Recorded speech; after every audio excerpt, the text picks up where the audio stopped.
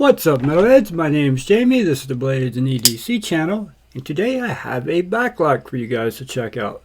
This is the Spyderco Spy Opera. This is a collaboration between Spyderco and Lion Steel. This knife was actually made in Italy by Lion Steel, and pretty cool knife here for a backlog. It's got great action, easily flickable. Easier for me to thumb flick than to reverse flick it, but I can reverse flick it with a little wrist action, but the thumb flick is fantastic. And makes a great sound too. You hear that pop on the open when that spring locks in? Great sound. Great sound on the open. Nice. Very nice sound. It's a smaller knife, but man, it's pretty good ergos. Very neutral ergos, obviously, when you take a look at it. Give you the specs on it, and I'll talk a little more about it and give you some size comparisons as always.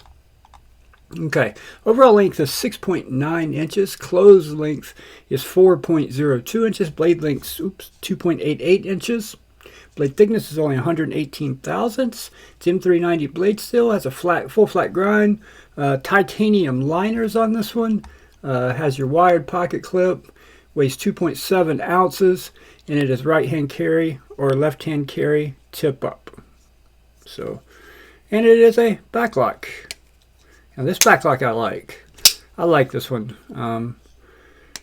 because I can drop this and not have to worry about cutting myself, and I can close it one-handed. The slow roll works really well. You can drop it partially there and it won't come down and get you. You know, if you just have your finger up here, the tang of the blade will get you right there. But you can just press it a little bit and let it barely, let me see if I can do this where you guys can see it better. If you press it, just barely let it go a little bit, like that. From there, you can go ahead and close it. Some of the other, like the Best Tech, what's the name of that Best Tech? I recently had on the channel. It's a backlock with a detent ball in it, made by CM Knife Design, or designed by CM Knife Designs.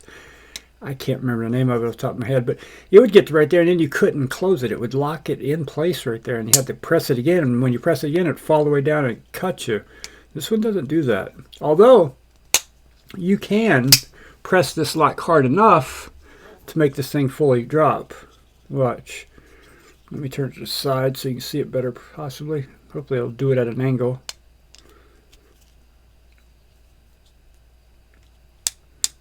Well, maybe not. Let me do it with my thumb. I gotta do it this way with my thumb, sorry. But yeah, actually, maybe I'm wrong. Maybe you can't get it to drop that far. But if you hold your finger up here, right here, you're good too. The blade will stop, but it doesn't go that far, and it's easy to close it. And yeah, the flick action is really good on this knife. To be a backlock, it's freaking amazing. And I love the sounds. Absolutely love the sounds. Very cool knife. I'll give you some size comparisons real quick. I got a couple other backlocks here.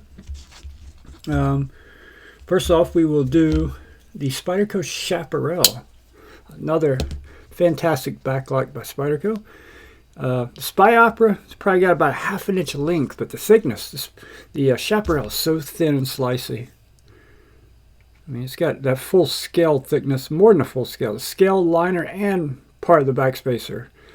So this is a much thinner knife. They run about the same price. These run about $180 and these run around $160. So, you know, depending on what you're looking for, they're both great knives. Go ahead and pull out a couple other backlocks I have here. Don't have many backlocks. I'm not a big backlock guy. Oh, this knife was sent in to me by Craig, by the way. Here's the Cold Steel Holdout. Another super thin, slicey backlock. And here's the Cold Steel SR1 Light. It's anything but light. It's a beast. Now this one, you cannot hold that down and let that blade fall. It will get you. It will get you. This is a two-handed closer here. And let's do some other non-backlock knives. We'll do some more Spydercos here. Here's the Spyderco Astute, another smaller Spyderco. Very similar in size, those two, almost identical in length. I think the astute's just a bit longer. Here's the Spyderco pair of 3. It's actually kind of comparable to pair of 3. It's a little bit shorter, but the thickness and everything is very similar.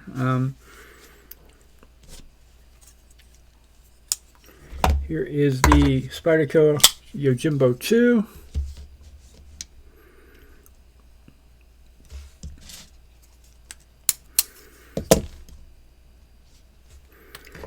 Spyderco Paramilitary 2.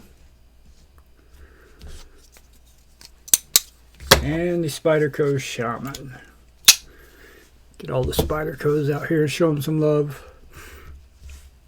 So it's a little knife. But let me do a couple of my regulars real quick in case you guys, some of you don't have any of those knives. Here's the QSP Penguin. It's going to be about the same thickness with those two. Handles are going to be similar. You get a little more curvature on this handle, but not much. The Demco AD 20.5. And then we'll go ahead and do a Benchmade bug out, and that should give you all a good idea on the size of this knife. And there's the bug out. So now, one thing I can't tell you about this knife is I can't tell you how good this M390 is. Obviously, it's not my knife. I have not used this knife. I have not used it, cut with it, or sharpened it, or anything like that. So full disclosure on that. But what I can tell you is I really like it. Great ergos, very neutral ergos. You do feel the pocket clip because how thin and narrow this is. I feel it, but it's not. Doesn't feel like it's going to be uncomfortable or a hot spot. You can't choke up. You get pretty close to the edge on the handle here, but you can't get all the way up. So you can get to right here. But honestly, if you went further, your thumb wouldn't land right. So back here, it makes your thumb land right there on the spotty hole, which helps lock you in. Plus, this curves up a little bit right there. You see that? So that your index finger locks in right there on your thumb right there. It feels really good in hand right there. Super lightweight. 2.7 ounces. I'm actually going to do a versus video between these two knives. It's going to be a versus. Very good comparison between these two, I think. I like this a lot. Micarta handles, which have been polished, they almost look like they've been epoxied over or something like that, or maybe that's just a high polish put on. It looks like they've been sealed with something. I didn't see anything online saying they had, but I don't. It looks that way. Oh, I forgot to mention, you got a titanium backspacer with a lanyard hole back here. Yeah, very cool. Very cool. Yeah, I'm curious about this M390. If how good is it? Anybody out there got one of these and you've used it and have an experience with this M390? Comment below. Let everybody know. I'm sure they would appreciate it because this is a really cool knife, like I said. These are out of stock at White Mountain Knives, but they are in stock on Amazon. So I'll link this down below if you're interested in checking it out. I'll link White Mountain Knives also. Maybe they'll be back in stock by the time you're watching this video. But if not, the Amazon link will be there. They're the same price at both places. But of course, at White Mountain Knives, if you use my discount code, you get 10% off. Discount code is in the description also. All right, guys. Thank you so much. I really appreciate you watching. And I hope you enjoyed the video. And if you did, please hit that like button. And I'll see you guys on the next one.